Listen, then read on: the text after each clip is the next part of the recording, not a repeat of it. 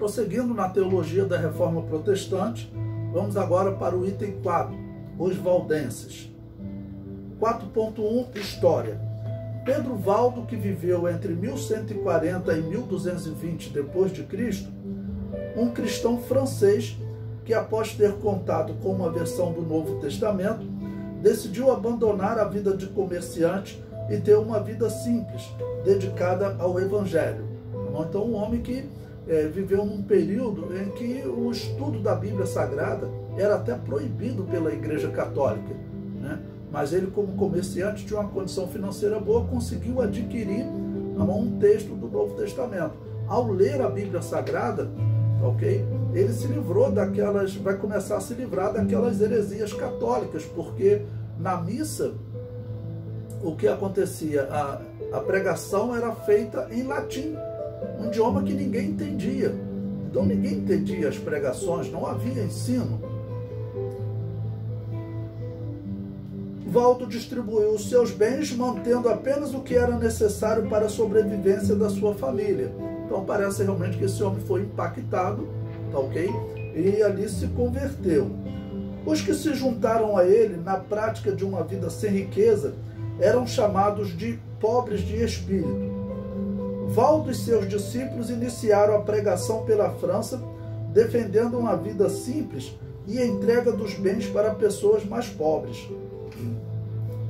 A Igreja Católica não gostava que a palavra de Deus fosse ensinada ao povo. Na verdade, eles restringiam, para os bispos e sacerdotes ensinarem. Só que, na verdade, eles não ensinavam. O Papa Alexandre III, que presidiu a Igreja Católica de 1159 a 1181 d.C., ordenou que eles encerrassem a evangelização. Como Valdo se recusou a encerrar a obra missionária, a Igreja Católica o excomungou em 1184. Então, quer dizer, o homem foi excomungado por pregar a palavra de Deus, por ensinar a palavra de Deus ao povo. A perseguição a Valdo e seus seguidores deu origem à Inquisição. Segundo Fox, você pode ler lá na bibliografia, o livro dos mártires, é um livro interessante para vocês comprarem, está na bibliografia. Ele relata: as atividades de Valdo e dos reformados suscitaram a primeira aparição dos inquisidores, porque o Papa Inocêncio III autorizou a certos monges como inquisidores para que fizessem a Inquisição e entregassem os reformados ao braço secular. Ou seja, nessa primeira tentativa de combater essa igreja político-religiosa, vai nascer, a Inquisição, que vai ser usado instrumentos de tortura de todos os tipos contra os cristãos. O processo era breve, porquanto uma acusação era considerada como prova de culpa, e nunca se concedeu um juízo aos acusados. Se alguém era acusado em seu leito de morte de ser seguidor de Valdo, suas possessões eram confiscadas e o herdeiro ficava privado de sua herança. A Igreja Católica tinha esse poder? Tinha, porque, como eu disse, não era uma instituição religiosa, era uma instituição política e estava acima dos reis da terra. Por isso que a Bíblia chama no Apocalipse de Babilônia apocalíptica e diz que ela se prostituiu com os reis da terra. Ela estava sentada sobre os reis da terra, dominando sobre os reis da terra. A Igreja Católica é a única instituição que participou de um domínio tal que possa se enquadrar na Babilônia apocalíptica. 4.2. Obras. Traduziu o Novo Testamento para o provençal, um dialeto francês falado em Provença, região no sudeste da França. É claro que a Igreja Católica não vai gostar disso, então vai ser um dos motivos que a Igreja Católica vai aumentar a perseguição, porque nesse período não podia ser ensinada a Bíblia e nem podia ser feita a tradução da Bíblia. Ensinos. Defendia a vida sem riquezas para os cristãos. Essa doutrina jamais seria aceita pelos papas, pois a Igreja Católica era a maior possuidora de terra e bens da Europa. e até hoje é. Se você conhecer alguém que trabalha em imobiliária, por exemplo, no centro da cidade, então pense, a igreja ali da Candelária, que fica na Praça Pio X, não? Quando a Igreja Católica chegou ali, aquela região, vamos dizer, era só mato. Então o Império Português dava grandes espaços para a Igreja Católica. Os prédios construídos ali em volta são autorizados pela Igreja Católica, mas tem que pagar um tributo especial à Igreja Católica. Toda vez que você vê um convento, aquele convento está ali, em volta dele existe uma grande região que pertence à Igreja Católica. Até hoje a Igreja Católica é a detentora de terras no mundo assim que não existe igual. Tivemos um caso no Nordeste na década de 90, com um pastor querendo comprar um terreno para construir uma igreja.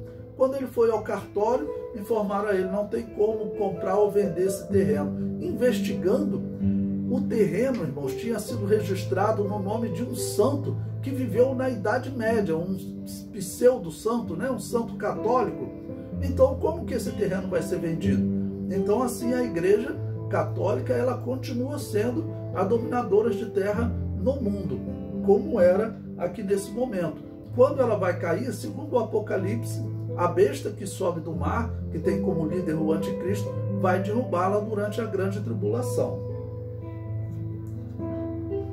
Prosseguindo, defendiam que a Igreja Católica havia perdido a sua autoridade espiritual quando o Papa Silvestre I, 314 a 335, recebeu doações do Império Romano, ou seja, ela já nasceu, tá bom? Morta. Então a Igreja Católica foi fundada por Constantino, ela perdeu totalmente a sua autoridade, né? Já no nascimento ela foi dominada pelo Império Romano.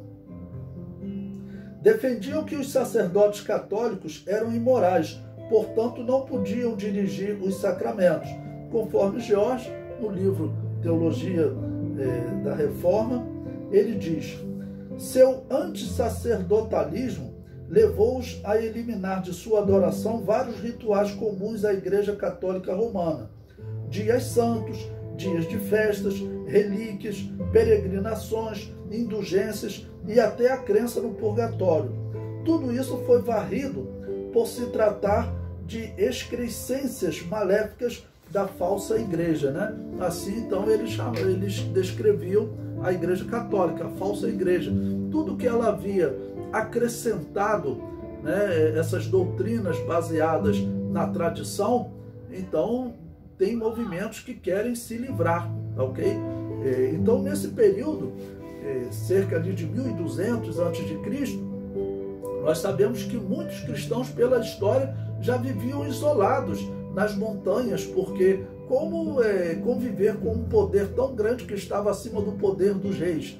E qualquer opositor era queimado vivo, era morto de diversas maneiras, tá bom? Então era assim que os cristãos estavam vivendo naquele momento, que havia uma instituição religiosa política.